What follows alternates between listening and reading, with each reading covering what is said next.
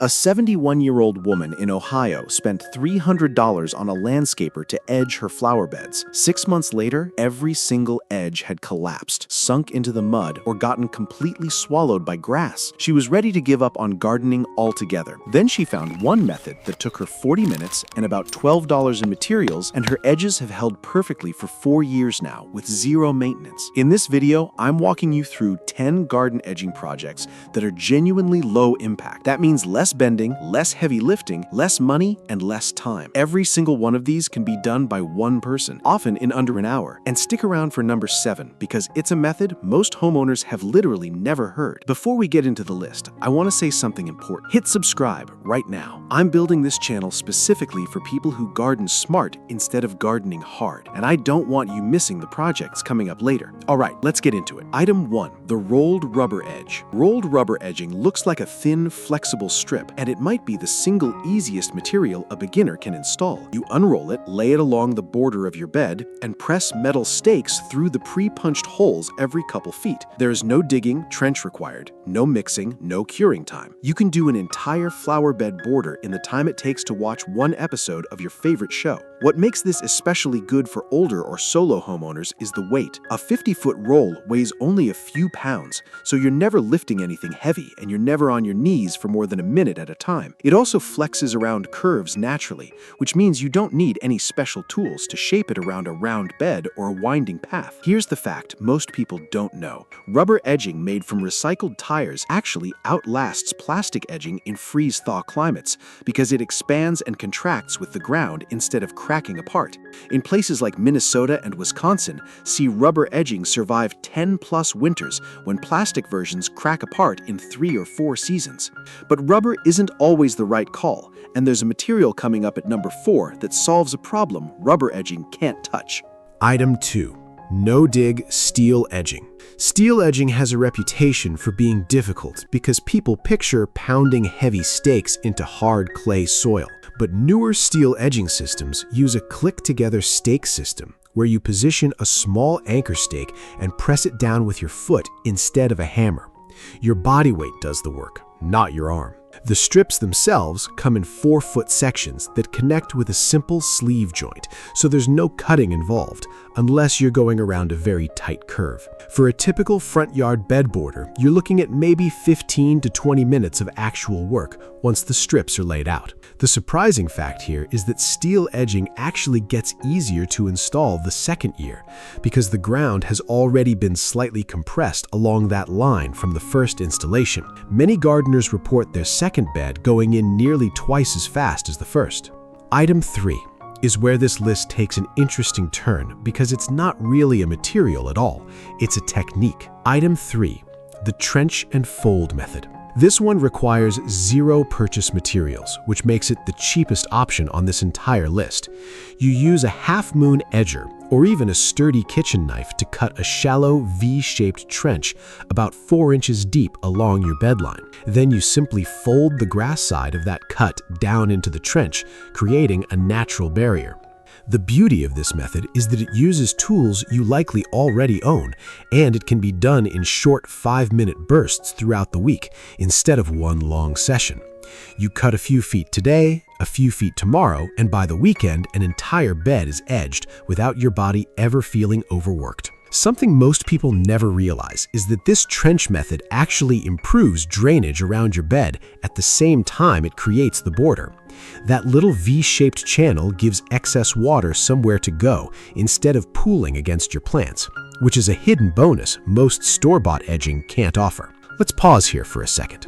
I want to ask you something directly. How many hours have you already spent on edging projects that ended up falling apart within a year? Type the number in the comments. I genuinely want to know because I read every single comment on this channel. And if you're the kind of person who's tired of buying edging that promises to be easy and then isn't, hit that subscribe button now. The reason is simple. Every project left on this list gets progressively easier on your body.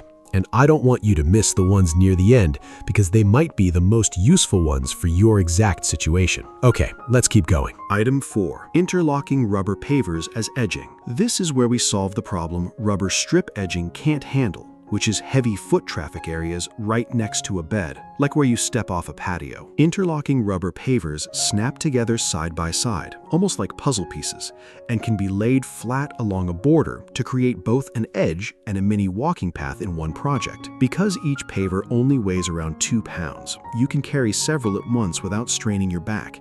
And if one ever needs replacing, you simply pop it out and pop a new one in without disturbing anything around it. Here's a fact most homeowners are surprised by. These pavers are often made from the exact same recycled rubber used in playground safety flooring, which means they're built to handle repeated impact and pressure for decades without cracking the way concrete pavers eventually do. Coming up in item 5 is a method that costs almost nothing and uses something you might already have sitting in your garage right now. Item 5, repurposed wine bottle edging. This is a classic cottage garden trick that's making a comeback, and for good reason. You dig a narrow trench roughly 6 inches deep, push empty wine or beer bottles neck first into the soil, and line them up side by side along your border. The rounded bottoms create a scalloped decorative edge. The digging involved is minimal because the trench only needs to be as wide as the bottle itself, and you're working in a straight line instead of digging out a full bed area. Many gardeners report finishing a 20-foot border in under an hour, using bottles they already had at home. The fact people rarely mention is that glass bottle edging actually helps regulate soil temperature right at the root zone. Glass absorbs sunlight during the day and slowly releases that warmth overnight, which can protect nearby plant roots during unexpected cold snaps in early spring. Item 6 is the one I get asked about the most because it solves a problem almost every older homeowner has dealt with. Item 6. Raised metal borders. Instead of edging an existing bed, you can use a pre-formed metal ring to define a brand new one. These circular or oval steel rings sit right on top of the grass, and you simply fill the inside with soil and mulch. There's no digging at all, which makes this maybe the single lowest impact project on this entire list. Because the bed sits slightly raised inside the ring, you also get the bonus of not having to bend nearly as far to tend your plants. Many people place these near a porch or a favorite chair, specifically because they can garden from a seated position. The surprising fact is that raised ring beds like this actually warm up faster in spring than ground level beds, which means you can plant 2 to 3 weeks earlier in the season without any extra effort. Quick question for you. Do you currently have a bed you avoid working on simply because it hurts to kneel or bend to reach it? Comment yes or no below. I read every single comment and I'm genuinely curious how common this is. If that sounds like you, go ahead and hit subscribe right now, because half the remaining projects on this list were chosen specifically to solve that exact problem, and I don't want you to miss them. Let's move on. Item 8.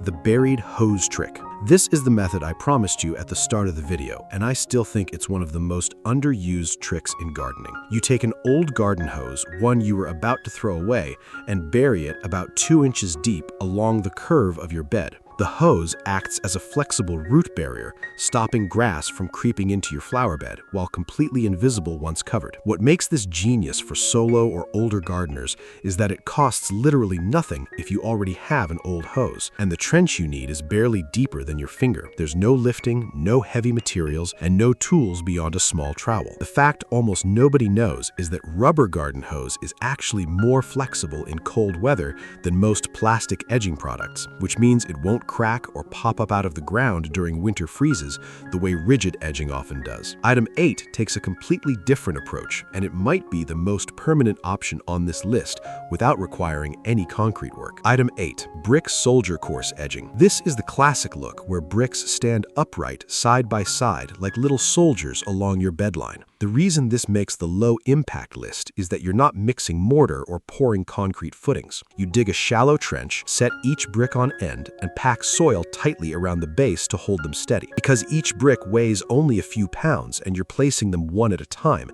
there's no heavy lifting involved at any point, and you can easily do this project in short sessions spread across several days. Here's something most people don't realize. Standing bricks on end like this actually creates better drainage around the edge edge than laying them flat, because rainwater channels down between each brick instead of pooling on top, which helps prevent the classic problem of edging pushing itself up out of the ground over time. Item 9 might be the most surprising one on this entire list, because most people don't even think of it as edging at all. Item 9. Living edging with low ground cover. Instead of a physical material, you plant a tight-growing ground cover like creeping thyme or dwarf mondo grass directly along your bed border.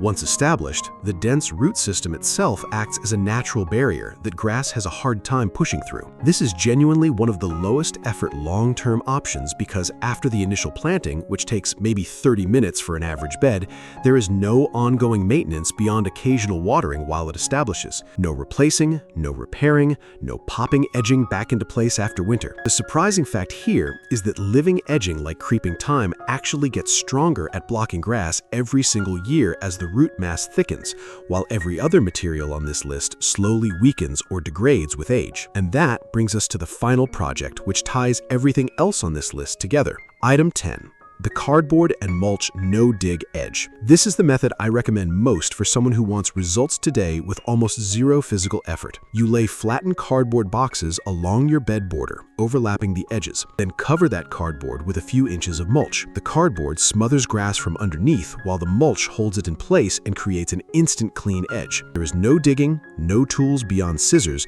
and no heavy materials at all. Cardboard breaks down naturally over several months, feeding the soil as it goes, which means this edge actually improves your soil quality at the same time it's defining your bed border. The fact that surprises almost everyone is that this method is what many professional no-dig gardening experts actually use in their own yards, not because it's cheap, but because they've found it genuinely outperforms rigid edging at stopping grass long term. So here's the pattern running through every single one of these 10 projects. None of them ask you to fight your yard. They work with gravity, with materials you may already own, and with your own body instead of against it. The truck full of tools, the mixed concrete, the weekend spent on your knees, none of that was ever actually required to get a beautiful, defined garden bed. The real secret to garden edging isn't strength or money. It's choosing the method that matches your body and your life right now, instead of the method some magazine photo told you that you needed. Whether that's an old hose you were about to throw out or cardboard boxes sitting in your recycling bin, the best edge is the one you can actually finish without pain and without dread.